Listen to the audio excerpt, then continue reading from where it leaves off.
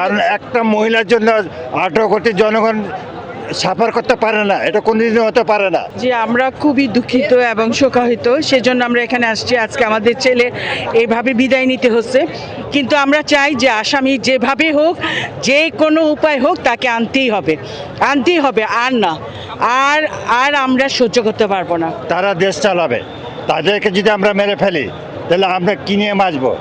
মানে বিরোধী যারা আছে, ভারতীয় দালাল যারা আছে, তারা ইয়াং জেনারেশনকে নষ্ট করে ফেলতেছে, মেরে ফেলতেছে, যাতে আমরা কদিন পরে আমরা চলে যাব, দেশটা মানে তারা তাদের অধীনে চলে যাবে, এই ধরনের একটা পায়তারা। তো ভারতকে একটা সম্মানজনকভাবে বলতেছি, হাসিনা সহ যারা আসামি আছে, তারা যাতে সসম্মানে আমাদের সাথে চুক্তি করে যাতে হস্তান্তর করে, এটা ভারতের জন্য উপকার, আমাদের জন্য উপকার হবে। আজকে হাসিনার জন্য এইগুলো কারণ একটা মহিলার জন্য 18 কোটি জনগণ সাফার করতে পারে না, এটা কোনদিনই হতে পারে না।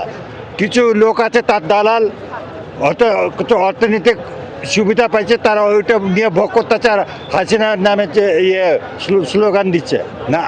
আমি আসছি বিশেষ করে জানাজার জন্য আর কি। আর যে মাটি দিতে পারবো কিনা জানি না, যেহেতু মহিলা মানুষ একা পারবে কিনা, আমার ওয়াইফ আর কি। কিন্তু চাচ্ছি যে সরকারের কাছে চাচ্ছি, সরকার যাতে এইগুলা কঠোর হস্ত যদি দমন না করে, এইভাবে অঘটন ঘটতেই থাকবে। খালি গতিতে বসে থাকলে হবে না, কিছু স্বরাষ্ট্রমন্ত্রী যে উদ্যোগ নিচ্ছে তার কোনো কার্যকর হচ্ছে না। এগুলা কিছু পরিবর্তনের দরকার। সময় খুব 2 মাসের মধ্যে ইলেকশন আছে, এরই মধ্যে যদি কন্ট্রোল না করে আর আমরা কি দেখবো আমরা নিজেও বুঝতে পারতেছি না। তারা তো তাদের সিকিউরিটি নিয়ে বসে আছে, কিন্তু আমাদের ছাত্ররা যারা সংসদে যাবে তাদের সিকিউরিটির দরকার আছে। এর জন্য আমরা আশা করি তারা বাঁচুক, তাদের জন্য আমরাও যাতে বাঁচতে পারি, এই হলো আমাদের দাবি।